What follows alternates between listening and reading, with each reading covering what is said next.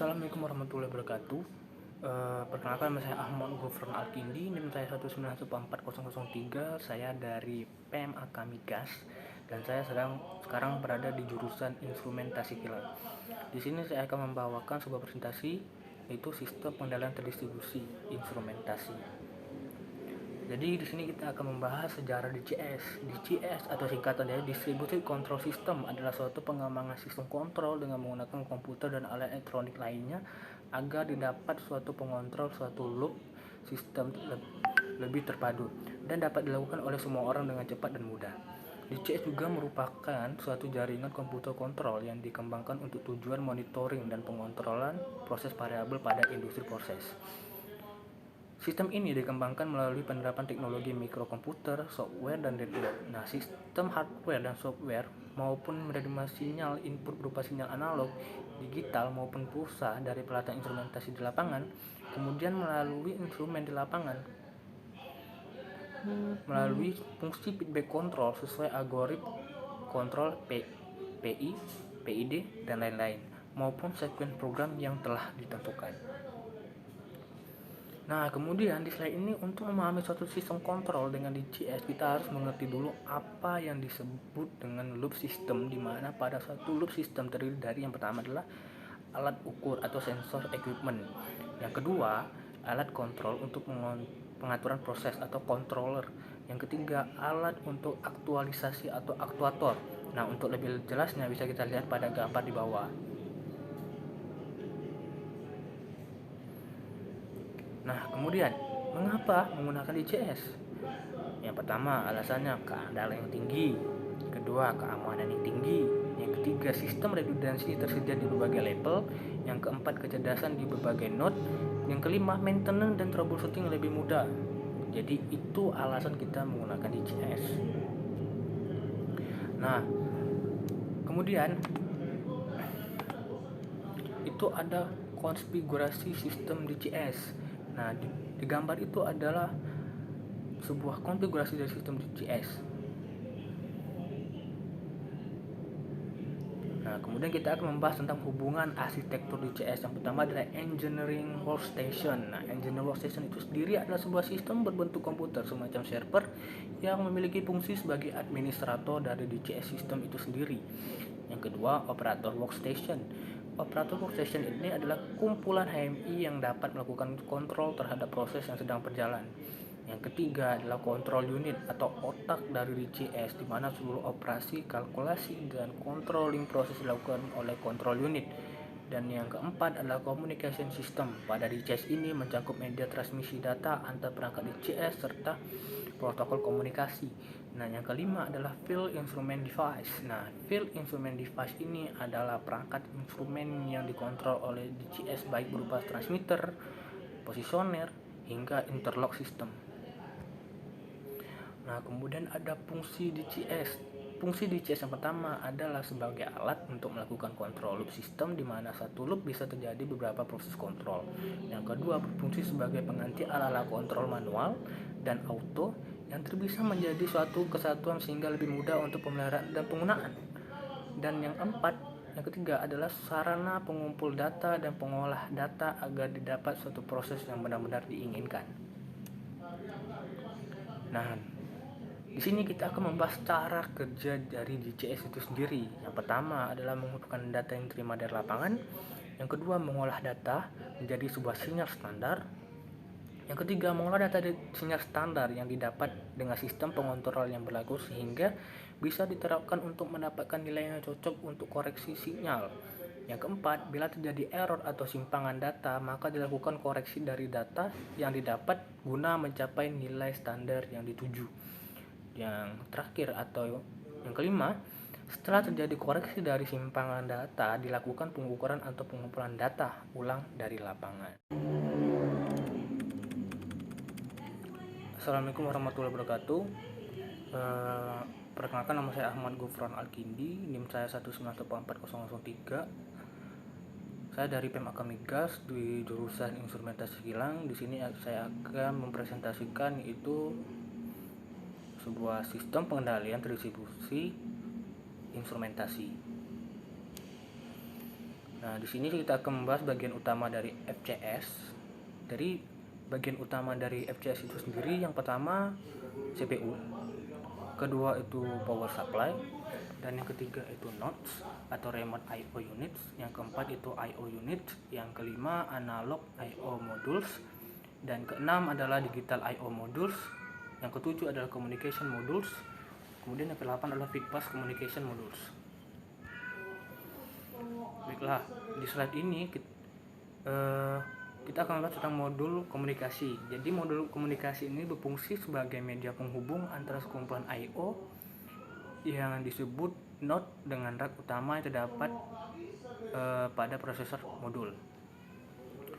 Nah, kemudian di bagian bawah itu ada keuntungan sistem redundansi, sedangkan gambar di sebelahnya itu adalah gambar dari sistem redundansi itu sendiri.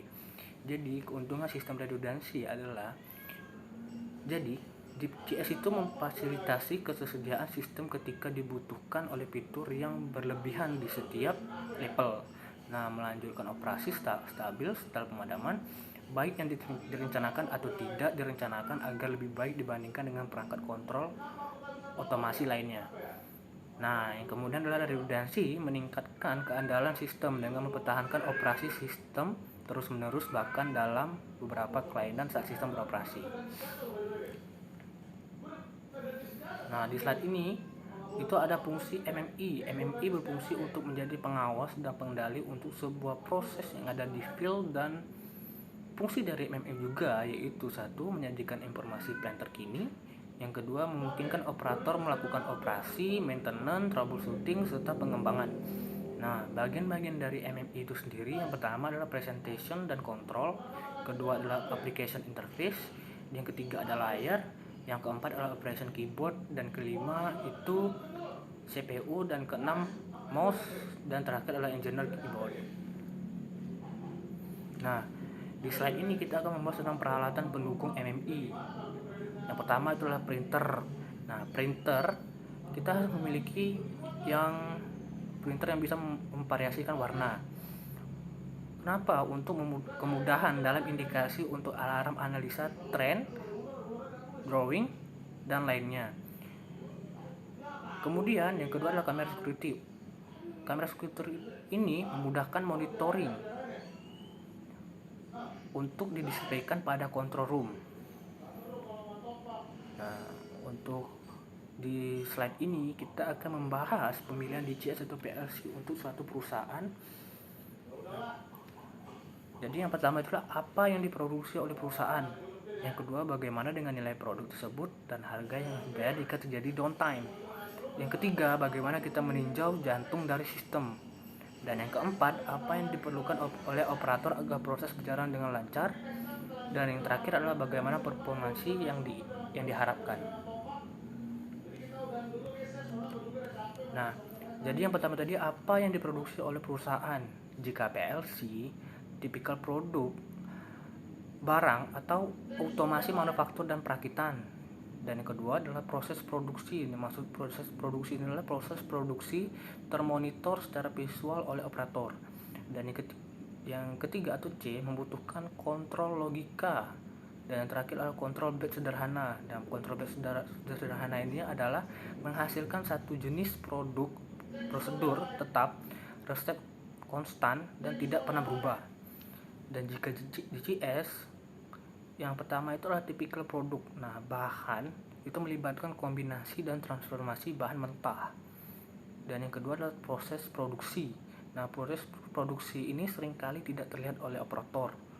Dan yang ketiga adalah membutuhkan sistem kontrol regulator. Dan yang terakhir ada control batch kompleks. Nah, control batch kompleks ini menghasilkan berbagai jenis produk, prosedur dapat berubah, serta resep variabel. Kemudian yang kedua, apa yang harus dibayar jika terjadi downtime. Jika PLC, yang pertama adalah nilai individual relatif murah. Kemudian yang kedua adalah downtime hanya menyebabkan kehilangan produksi. Dan ketiga adalah downtime tidak menyebabkan kerusakan peralatan proses. Dan yang terakhir adalah jika terjadi kerusakan, waktu pemulihannya relatif cepat. Itu jika PLC. Sedangkan jika DCS, nilai material yang akan diolah dan hasil produk relatif mahal. Kedua, itu downtime tidak hanya menyebabkan kehilangan produksi tetapi dapat menyebabkan keadaan yang berbahaya. C adalah downtime umumnya menyebabkan kerusakan peralatan proses dan produk. Nah, di slide ini bagaimana kita meninjau jantung dari sistem. Nah, jika PLC itu dia menggunakan kita bisa meninjaunya dari controller. Nah, gambar dari controller dari PLC itu bisa kita lihat pada gambar di slide. Nah, sedangkan jika DCS itu kita meninjau dari HMI atau Human Machine Interface. Kemudian yang keempat, hal yang perlu diperlukan oleh operator agar proses berjalan dengan lancar. Jika PLC mengatasi proses abnormal. Yang kedua, informasi status on atau off, run atau stop sangat kritis bagi operator. Sedangkan yang ketiga atau C, alarm proses produksi abnormal adalah informasi kunci bagi operator. Sedangkan jika DCS, yang pertama adalah interaksi operator dan proses sangat ketat. Operator harus dapat membuat keputusan dan secara terus-menerus berinteraksi dengan proses terkait dengan target. Yang kedua, tren sinyal analog. Nah, tren sinyal analog itu pada MI memberikan informasi kritis bagi operator apa yang sedang terjadi pada proses. Yang ketiga adalah manajemen alarm. Nah, manajemen alarm ini adalah kunci keamanan operasi proses. Kemudian yang terakhir adalah bagaimana performansi yang diharapkan. Jika PLC, yang pertama adalah eksekusi program kontrol relatif cepat atau 10 ms. Sedangkan yang kedua adalah sistem redundansi tidak selalu diperlukan. Yang ketiga, untuk merubah konfigurasi sistem dapat dilakukan secara offline. Yang keempat adalah sistem kontrol analog PID sederhana. Nah, jika DCS, eksekusi program loop kontrol relatif lambat 100-500 ms. Yang kedua, sistem redundansi sangat cepat. Yang ketiga, untuk merubah konfigurasi sistem harus dilakukan secara online. Dan yang terakhir adalah sistem kontrol analog sederhana sampai kompleks. Nah, di slide ini kita akan membahas tentang penggunaan DCS. Jadi kegunaan dari DCS karena sistem redundansi untuk mengurangi shutdown sistem dalam proses, DCS juga memiliki supervisor sendiri dalam sistemnya, dan DCS menggunakan network line sehingga mengurangi kabel dalam pengontrolan jarak jauh. Penggunaan DCS yang mudah dan handal juga menjadi poin penting dalam penggunaan DCS. Mungkin sekian penjelasan saya tentang presentasi kali ini. Saya akhiri. Wassalamualaikum warahmatullahi wabarakatuh.